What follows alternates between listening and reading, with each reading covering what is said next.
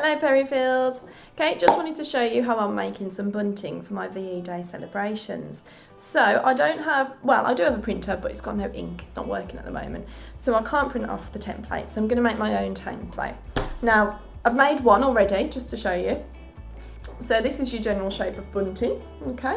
It's a triangle, but it's a special triangle, okay? It's an isosceles triangle, and an isosceles triangle is where the two base angles of the triangle are equal and the top one is different, okay? So if you can see that there's our general shape of bunting, okay? So the best way to make these would be with a compass, but what I found, I tried to make one with my compass and it was a bit too small, okay, because the compass doesn't go quite wide enough. So I'm going to show you how to do it with a compass as well, and you could make it with that because that is easier. But another household item, because a lot of you might not have compasses, is also a piece of string, okay? So let's have a go. Okay, so first of all I'm going to make one of the smaller triangles using the compass. I'm going to do it. That's my little girl who is also trying to make some triangles. So if we put pencil is preferable, although I don't have a pencil, so I'm using a pen. So if we put that into the compass, make the pen just slightly longer than the compass point. Thank you.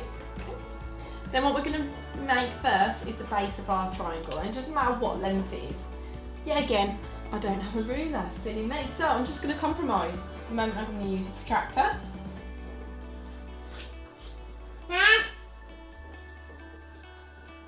So it doesn't matter what length it is, I'm just going to make a small triangle first with the compass to show you. So all you need to do to make an isosceles triangle, so put the point of your compass onto the end of that first line and you draw what we call an arc.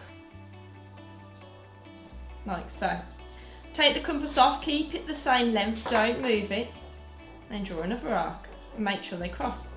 Where they cross, that's the tip of your triangle. Okay, and then you join them up. Mommy. You're doing very well there, Eva, lovely. Okay, so we've got an isosceles triangle, but as you can see that's quite small. I want to make a bigger one. My compass isn't big enough. Even if I made it the longest it could be, it would still be a bit small, as you can see. So if you want to make smaller bunting, that will absolutely work fine for you. I want to make mine a bit bigger. Well done, Eva. So I'm going to use a piece of string. Anything like this will do. Okay, I'm just going to cut it any length to start with to make it easy. Can I just borrow that a minute? Thank you.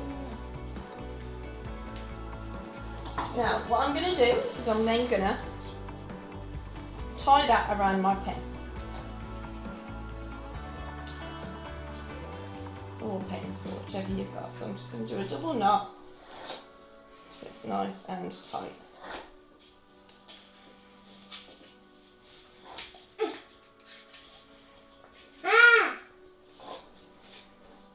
Okay, there we go. Just going to turn that over.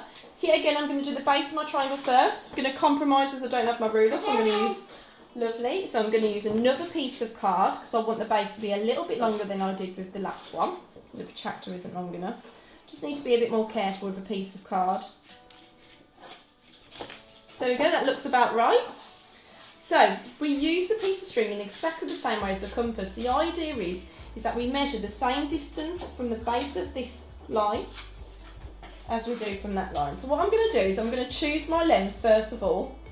So I think about that long for me looks like a good piece of bunting. So to make it easier, I'm going to take a felt tip, or you could cut it at this point, and I'm just going to mark where that is. Okay. So if I put that on there, hold my finger down really tightly and make your pen really taut, and in the same way we did with a compass, make an arc. Move it to the other side. Mommy, I want to do well now. You're doing very well, Eva. Okay, put your finger right down, make it really taut again, and draw another arc. So it's exactly the same way that we use the compass, but it means that we can make a bigger triangle. So yeah, again then, so I'm going to use my piece of paper to help me. From where those two arcs cross, I'm going to join that up with the end of my line. And then the same over here.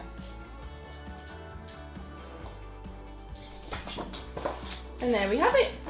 Mummy, Perfect isosceles triangle. Now all I need to do is cut it I'm out. doing it now. That's very good, Aoife. Aoife's practicing using scissors. Okay, so all I need to do now is cut it out, and that can then be my stencil. So I don't need to do that over and over again. I can use that as my stencil to cut around other pieces of card to make my exact same bunting.